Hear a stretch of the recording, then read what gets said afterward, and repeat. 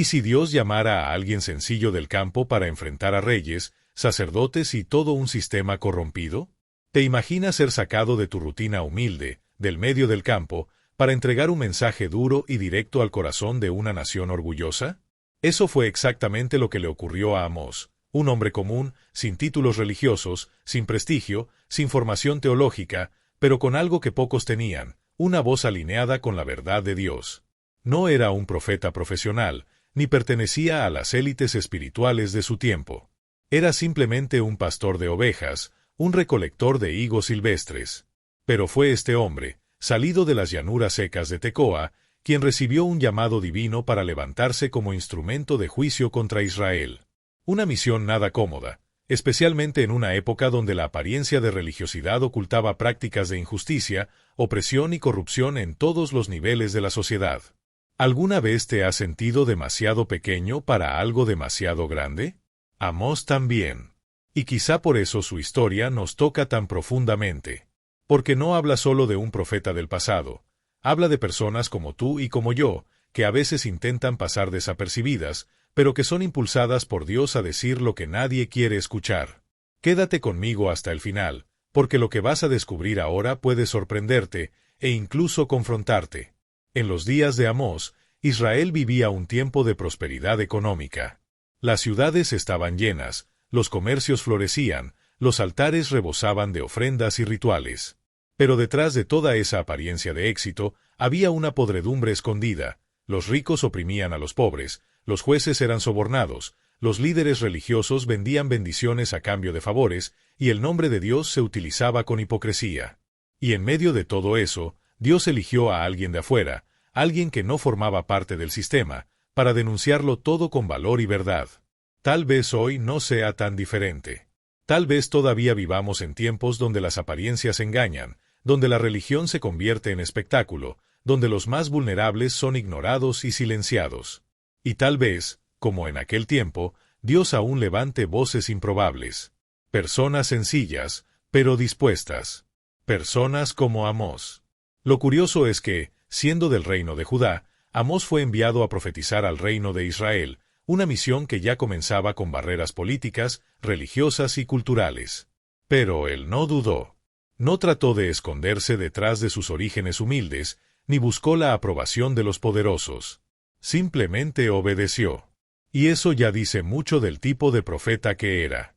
La autoridad de Amós no venía de un título, sino de la osadía de cargar con la palabra del Señor con integridad, aunque eso le costara comodidad, aceptación e incluso su seguridad. ¿Puedes imaginar lo que es hablarle a un pueblo que no quiere escuchar? ¿Decir verdades que duelen? ¿Enfrentar a líderes poderosos con un mensaje que nadie pidió, pero que todos necesitaban? Pues eso fue exactamente lo que hizo Amós, y lo hizo con firmeza. Su voz retumbó entre el ruido de los mercados, de los sacrificios en los altares y de las fiestas religiosas, como un trueno salido del desierto. ¿Pero qué fue exactamente lo que Dios habló a través de Amós? ¿Qué pecados denunció con tanta fuerza? ¿Y por qué, incluso entre tantas advertencias, hay una chispa de esperanza en sus palabras? De eso vamos a hablar ahora. Amós no llegó con discursos ensayados, ni con una apariencia imponente. No vestía túnicas sacerdotales, ni era aclamado por multitudes. Pero cuando hablaba, la tierra parecía estremecerse. Sus palabras venían cargadas de un peso que no podía ser ignorado, porque no venían de él, venían de Dios. Y eso incomodaba. Incomodaba a los ricos, a los líderes religiosos, a los gobernantes, incomodaba a los que preferían la apariencia a la verdad. Tal vez tú también hayas sentido algo parecido. Tal vez, en algún momento, fuiste esa voz disonante, hablando de justicia en medio de un entorno que solo quería seguir con las apariencias. O quizá ahora mismo estás observando todo a tu alrededor y te preguntas, ¿dónde están los Amós de hoy? Si este tema resuena contigo, si en algún momento de esta historia algo te tocó, déjalo en los comentarios. Me encantaría saber cómo llegó este mensaje hasta ti. A veces, una simple opinión o experiencia compartida puede abrirle los ojos a alguien más que también necesita escuchar esto. Y si crees que más personas necesitan conocer historias como esta, de fe, valentía y confrontación con la verdad, dale like a este video. Puede parecer un pequeño gesto, pero cada me gusta ayuda a que este contenido llegue a quienes están buscando respuestas. Y si quieres seguir caminando con nosotros en esta travesía, descubriendo profetas olvidados, mensajes profundos y revelaciones que muchos prefieren ignorar, suscríbete aquí al canal La Voz de la Biblia. Aquí es donde le damos voz a aquellos que la historia quiso silenciar.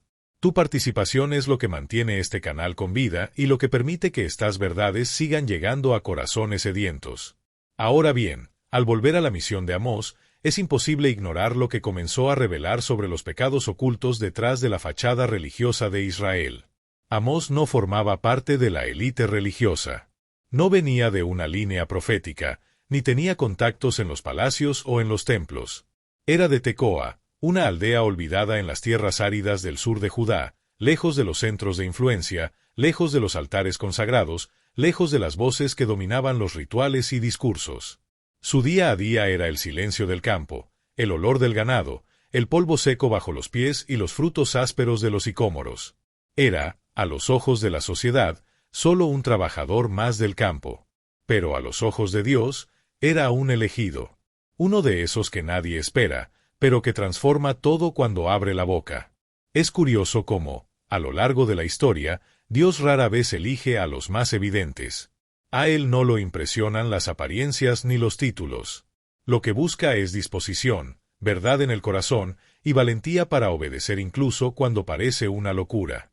Así fue con Amós. Sin antecedentes religiosos ni autoridad humana, se convirtió en portavoz de un juicio que sacudiría los cimientos de Israel.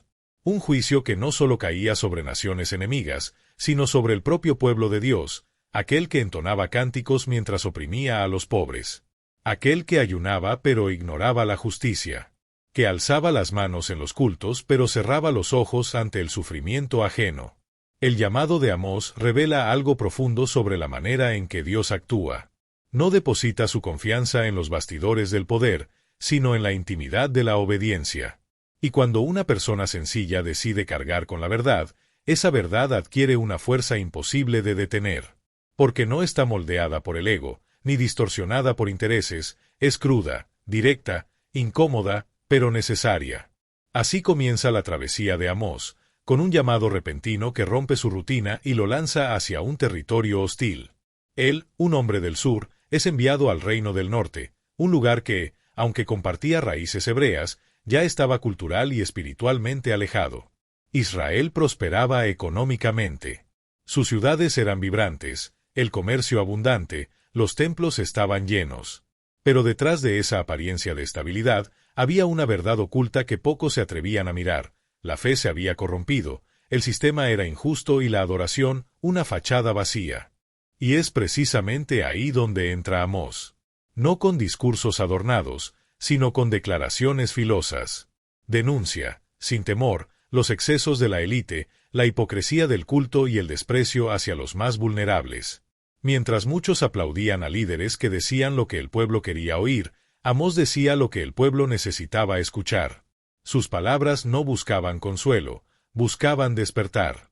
Porque hay momentos en la historia donde la transformación no comienza con abrazos, sino con heridas, heridas que exponen lo que duele, para que finalmente pueda ser sanado. Lo que hace esta narrativa aún más impactante es saber que Amós no buscó esta misión. No se postuló, ni fue entrenado para ello. Pero comprendió que hay momentos en los que callar es traicionar y que la verdad debe decirse, aunque duela, aunque cueste. Pudo haber vuelto a su tierra, quedarse en silencio, protegerse del rechazo. Pero eligió obedecer. Eligió romper el ciclo de omisión. Eligió convertirse en esa voz incómoda, porque sabía que el silencio, a veces, es más peligroso que el error. Y cuando esa voz resuena, aunque provenga de alguien improbable, aunque surja del desierto, lleva un impacto que atraviesa generaciones. Porque Amós no hablaba solo para su época. Hablaba para toda generación que alguna vez intente reemplazar obediencia por apariencia, justicia por estatus, fe por espectáculo.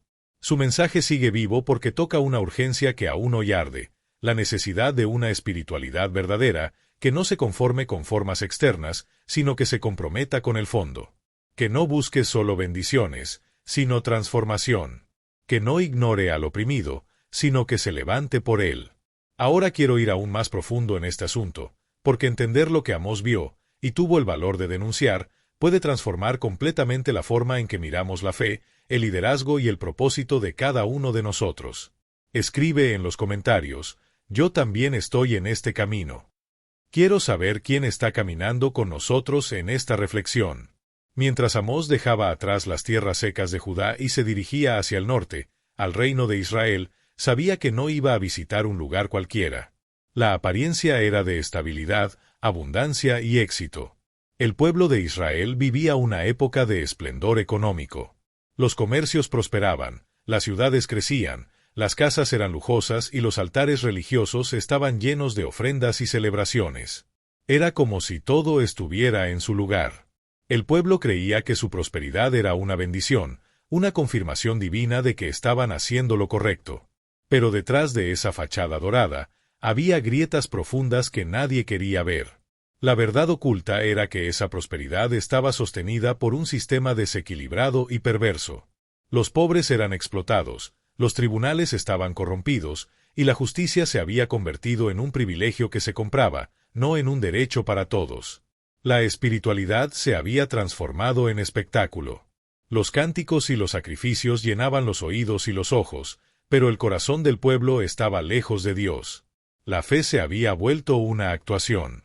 Era una religión que agradaba a los sentidos, pero ignoraba la conciencia. Y lo más alarmante, nadie parecía notarlo.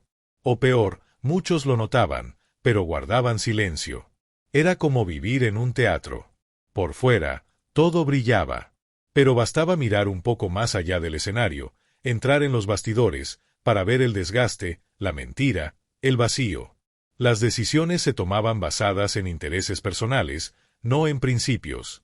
La mentalidad dominante era la de la autopreservación, de la conveniencia espiritual, donde la verdad solo valía si no causaba incomodidad. Pero Amós llegó precisamente para incomodar, para rasgar el velo de las apariencias y exponer la realidad. Él hablaba en nombre de un Dios que veía lo que nadie más veía, que escuchaba el clamor silenciado de los oprimidos, que notaba el egoísmo oculto tras las canciones. Esa contradicción entre apariencia y esencia es una de las revelaciones más poderosas del libro de Amós, porque no se trata solo de una antigua denuncia. Es un espejo, una advertencia para cualquier época en la que la forma intente sustituir al contenido. Cuando la espiritualidad se convierte en un accesorio y no en una transformación interior.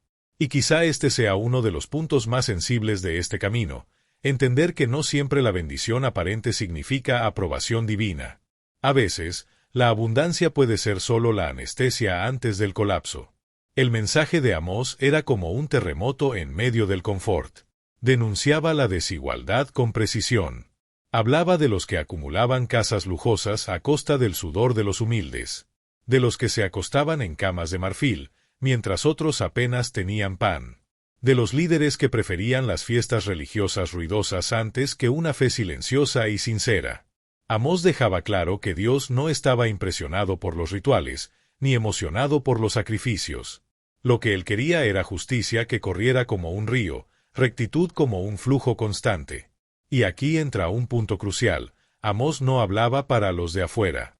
Hablaba hacia adentro, al pueblo que pensaba estar haciendo todo bien, a los que cantaban, ofrendaban y ayunaban.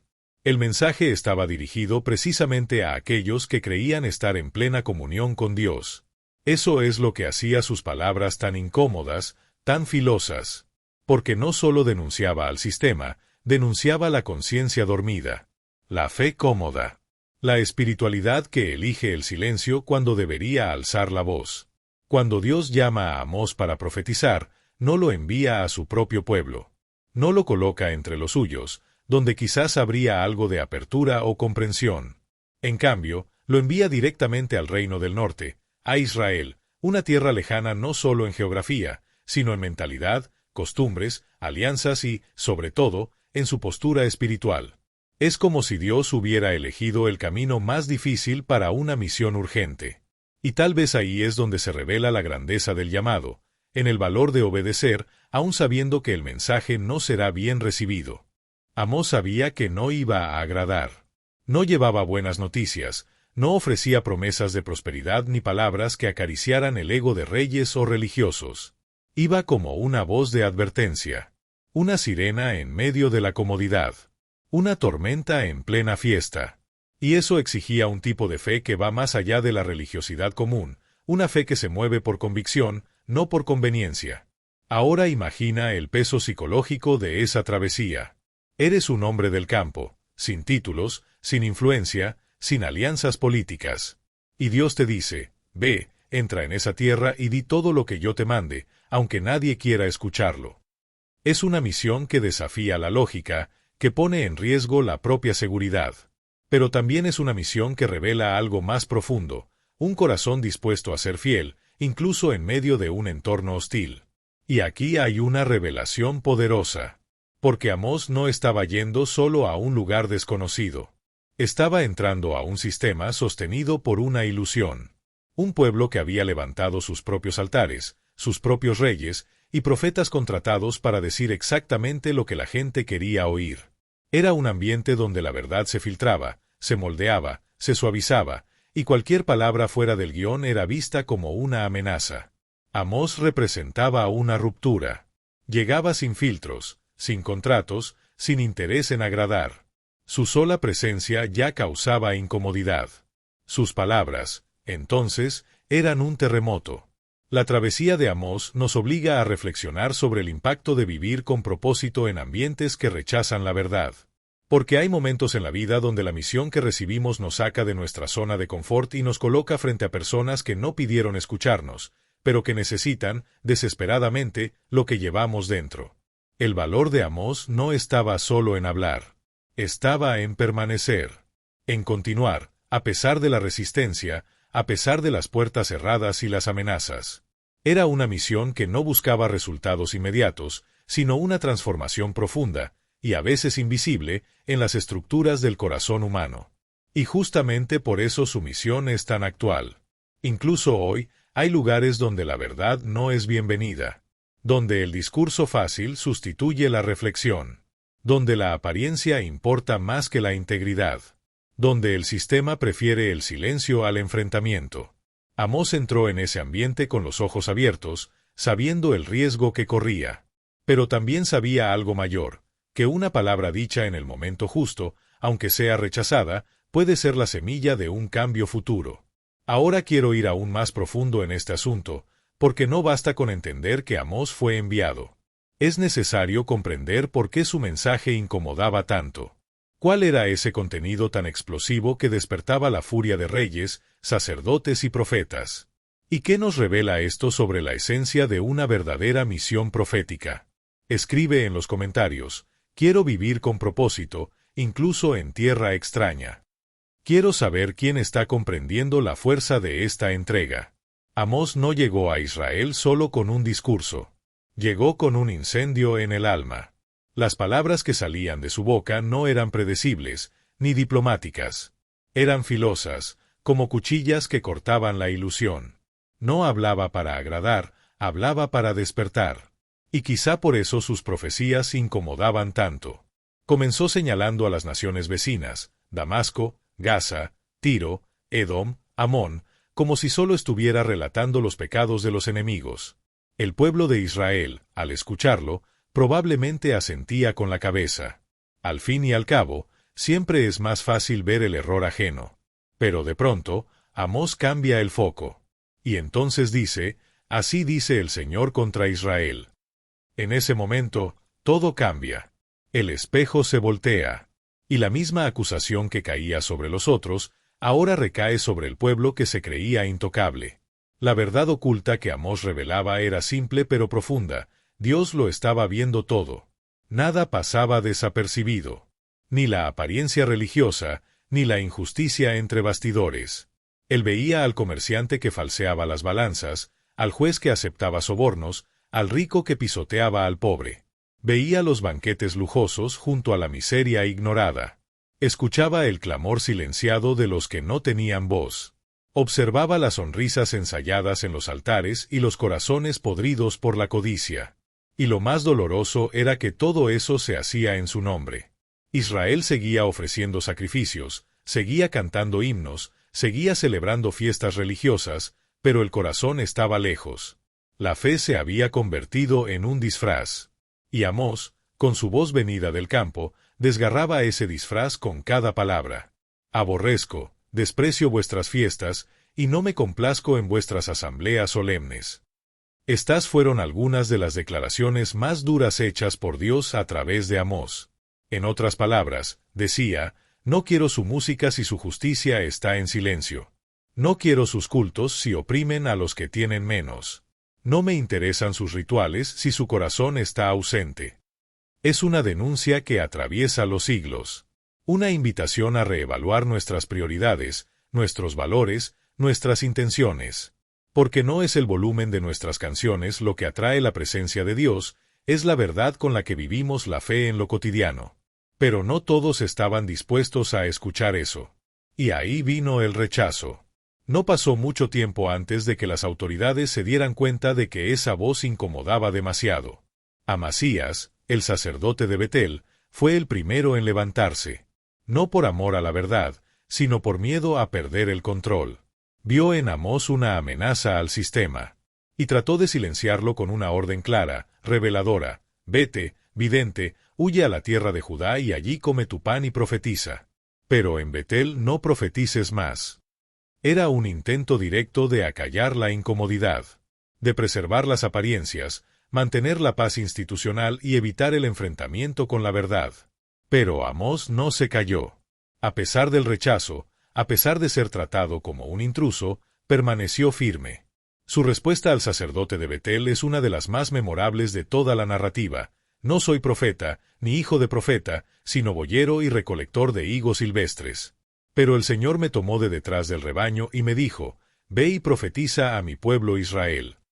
Eso es más que una explicación, es una declaración de identidad. Amós estaba diciendo, no vine por mí. No busqué este lugar. Pero cuando Dios habla, yo no puedo quedarme en silencio. Y aquí se encuentra uno de los mayores dolores, y también uno de los mayores legados, de quien decide ser fiel a la verdad, el peso de ser rechazado por decir lo que nadie quiere escuchar. A Amós no lo acusaban por cometer errores, sino por exponer los errores de los demás. Y eso siempre genera resistencia. Porque la luz, cuando entra en un lugar oscuro, incomoda. Y quienes se han acostumbrado a la oscuridad prefieren mantener los ojos cerrados. Pero Amós no retrocedió. Sabía que el malestar era necesario. Que la verdad, aunque duela, es el primer paso hacia la transformación. Comprendía que hay misiones que duelen, pero sanan. Y hay palabras que hieren, pero liberan. Porque el contenido del mensaje de Amós no era solo denuncia. Había, escondido entre líneas, algo más. Una revelación que no todos lograban percibir. Un llamado al cambio, una esperanza envuelta en advertencia. Y entender esto lo cambia todo. Comenta ahí, la verdad también me duele. Quiero ver quién está sintiendo el peso y el valor de este mensaje. A pesar del tono severo de las palabras de Amós, había en ellas algo que no se podía ignorar, un clamor. Un grito velado, pero constante, que llamaba al pueblo a regresar a la esencia de la fe. Porque detrás de cada advertencia había un corazón paternal. Amós no hablaba solo en nombre de un juez implacable, distante o vengativo. Hablaba en nombre de un Dios que sí veía el pecado, pero que veía, sobre todo, el potencial del arrepentimiento. Un Dios que no se complacía en castigar, sino que deseaba restaurar. Un padre que miraba con dolor, esperando que sus hijos volvieran al camino de la verdad. Y aquí es donde la narrativa alcanza una profundidad aún mayor. Porque al leer las denuncias de Amós, podríamos caer en la trampa de pensar que Dios ya había desistido de Israel. Pero no. El hecho de levantar un profeta, de enviar mensajes tan directos, de exponer con tanta precisión los errores, es justamente la prueba de que todavía había esperanza. Era como si cada palabra dura llevara al mismo tiempo una invitación silenciosa, regresen. Aún hay tiempo. Y eso transforma por completo la imagen de este Dios. No es solo el Dios de la sentencia. Es el Dios de la segunda oportunidad. El Dios que anhela el cambio más que el castigo. Que busca transformación más que condena. Uno de los versículos más emblemáticos de todo el libro de Amós lo deja claro: pero corra el juicio como las aguas, y la justicia como impetuoso arroyo. Esa imagen es poderosa. No se trata de una justicia que cae como un rayo, brusca y puntual.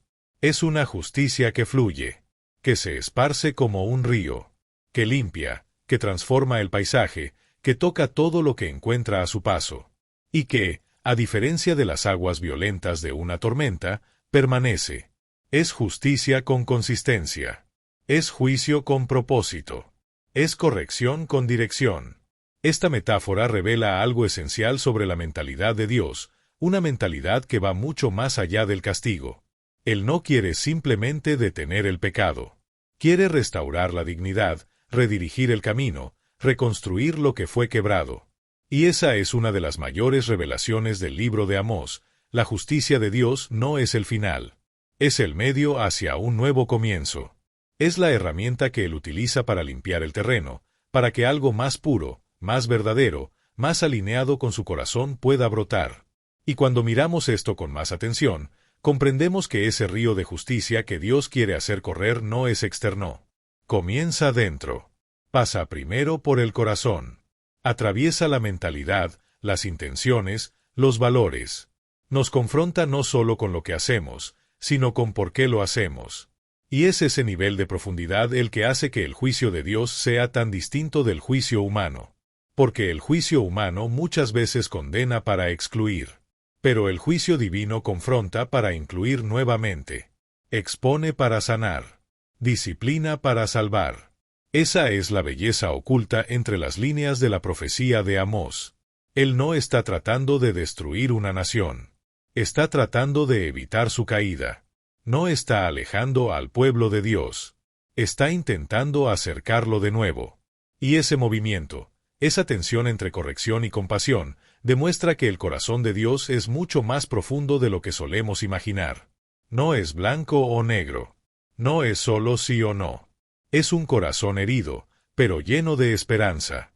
Un padre que, incluso en su indignación, sigue abriendo la puerta, sigue llamando por nombre, sigue creyendo en el cambio. Ahora quiero ir aún más profundo en este asunto, porque hay una pregunta silenciosa detrás de todo esto. ¿Qué espera realmente Dios de quien escucha su voz? ¿Cómo convertir ese mensaje en una práctica viva, en una actitud diaria, en decisiones reales que reflejen el tipo de justicia que fluye como un río? Escribe en los comentarios: quiero ser parte de ese río. Quiero ver quién está dejando que esta verdad atraviese el corazón. Después de tantas palabras duras, después de tantas imágenes de caída, destrucción y colapso moral, el final del libro de Amós suena casi como un susurro de alivio. Es como si, tras la tormenta, la voz de Dios se volviera más suave, pero no menos poderosa. La misma voz que confrontó, ahora consuela. La misma que sacudió los cimientos de una religiosidad vacía, ahora anuncia una reconstrucción. Y eso, por sí solo, ya encierra una revelación profunda sobre el carácter divino. Dios nunca corrige para destruir, corrige para restaurar.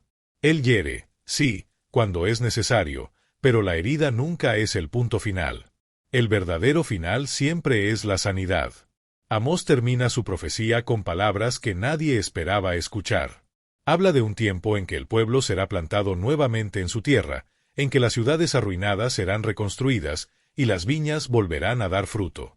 Es un giro total en la atmósfera. Y eso demuestra que el juicio nunca tuvo como fin aniquilar, sino preparar el terreno para algo nuevo. Es como si toda la denuncia que vino antes fuera, en realidad, el inicio de una jornada de transformación, dolorosa, sí, pero absolutamente necesaria. Esa promesa de restauración es, al mismo tiempo, un consuelo y una invitación, porque revela que no importa cuán lejos haya llegado alguien, ni cuánto haya ignorado la justicia, ni cuán perdido se encuentre en apariencias, siempre hay un camino de regreso. Siempre existe la posibilidad de un nuevo comienzo. Y ese nuevo comienzo no es volver al punto de partida. Es una continuación con aprendizaje. Es una reconstrucción con madurez. Es el tipo de redención que lleva cicatrices, pero que respira vida nueva. Y es importante notar que esta esperanza anunciada por Amós no aparece al principio.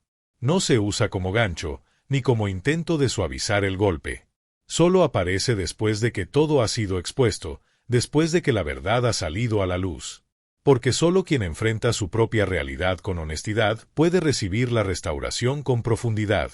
El consuelo no llega para encubrir el dolor. Llega después del dolor, para mostrar que tuvo un propósito.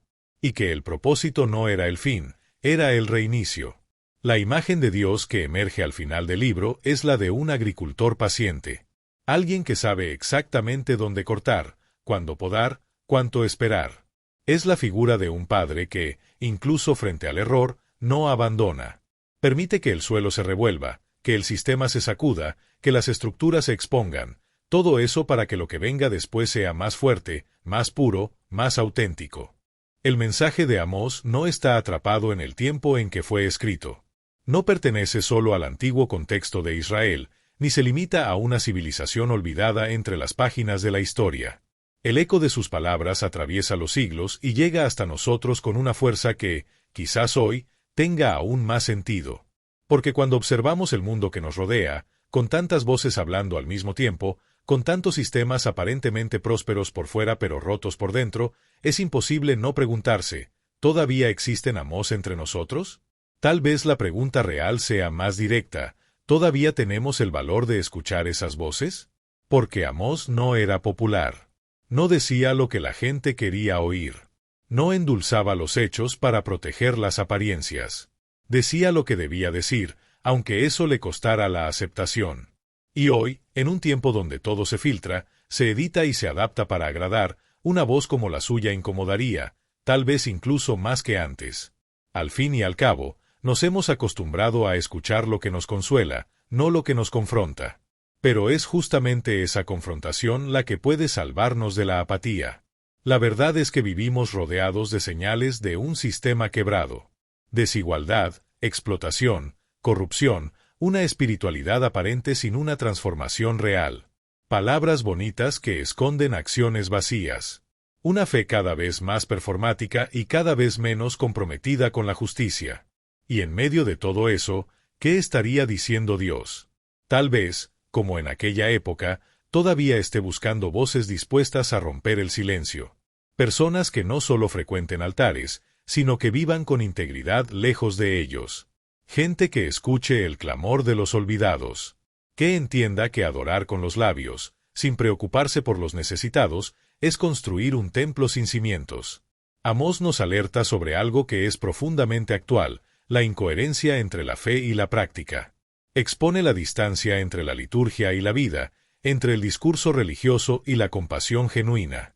Y nos obliga a reflexionar sobre las decisiones que tomamos cada día, no solo en los grandes momentos, sino en los pequeños gestos, en las acciones casi invisibles que revelan lo que realmente llevamos dentro. Porque adorar a Dios va mucho más allá de una canción bien entonada. Tiene que ver con justicia, con cómo tratamos al prójimo, con cómo respondemos ante el dolor ajeno. La espiritualidad verdadera es práctica. Se mueve, toca, transforma. Y quizás ese sea el punto más urgente de la profecía de Amós para nuestro tiempo. No sirve de nada levantar las manos si están vacías de misericordia. No sirve de nada subir al altar si nuestros pasos en el suelo son de indiferencia. Y cuando escuchamos este mensaje con honestidad, algo empieza a moverse dentro de nosotros. Porque nadie queda indiferente al oír una verdad cruda, y, al mismo tiempo, cargada de esperanza. Hay algo muy poderoso cuando reconocemos que el llamado a la justicia no quedó en el pasado. Sigue vivo. Sigue siendo necesario. El camino que recorrió Amós es el mismo que muchos todavía evitan, el de no callar ante la injusticia. El de decir lo que pocos se atreven a decir. El de cargar la verdad, aunque duela. Y eso exige coraje. Exige visión. Pero, sobre todo, exige un corazón dispuesto. Ahora quiero ir aún más profundo en este asunto, porque detrás de este profeta olvidado hay un llamado que ya no se puede ignorar. Dios sigue buscando voces. Y lo más sorprendente es que continúa llamando a personas sencillas, improbables, como Amós, y tal vez, sin que lo hayas notado, ya te está llamando a ti. Escribe en los comentarios, quiero ser una voz viva de justicia. Quiero ver quién está despertando a este llamado. Ser como Amós nunca fue cómodo. Él no fue moldeado para agradar, ni entrenado para ser popular. No llevaba un manual de retórica, ni estrategias para conseguir aceptación social. Lo que tenía era un sentido del deber innegociable. Un peso en el pecho que lo impulsaba a caminar, incluso cuando nadie lo había invitado. A hablar, incluso cuando nadie quería escuchar. A mantenerse firme, incluso cuando las miradas buscaban expulsarlo. Y quizás, en el fondo, eso es lo que más necesita el mundo hoy, personas que no vivan buscando aplausos, sino propósito. Gente que no exista para agradar a las multitudes, sino para ser fiel a lo que cree, aunque eso implique nadar contra la corriente. El coraje de Amós no residía solo en abrir la boca. Estaba en mantenerse de pie, en no doblegarse ante la presión, en no rendirse cuando el sacerdote intentó silenciarlo, cuando el ambiente se volvió hostil, cuando la misión parecía más grande que él. Y ahí es donde su historia empieza a hablar directamente con la nuestra. Porque quizás tú también hayas sentido ese conflicto interno, entre callar para conservar la comodidad o hablar para preservar la verdad. Tal vez ya viste injusticia sucediendo frente a ti, pero tuviste miedo de levantar la voz. Y si eso ya te pasó, entonces sabes exactamente cuánto cuesta el silencio. Porque el silencio tiene un precio. Adormece conciencias, normaliza abusos y, poco a poco, va desgastando lo que un día estuvo vivo dentro de nosotros. Pero el camino de Amós nos muestra que hay otra opción.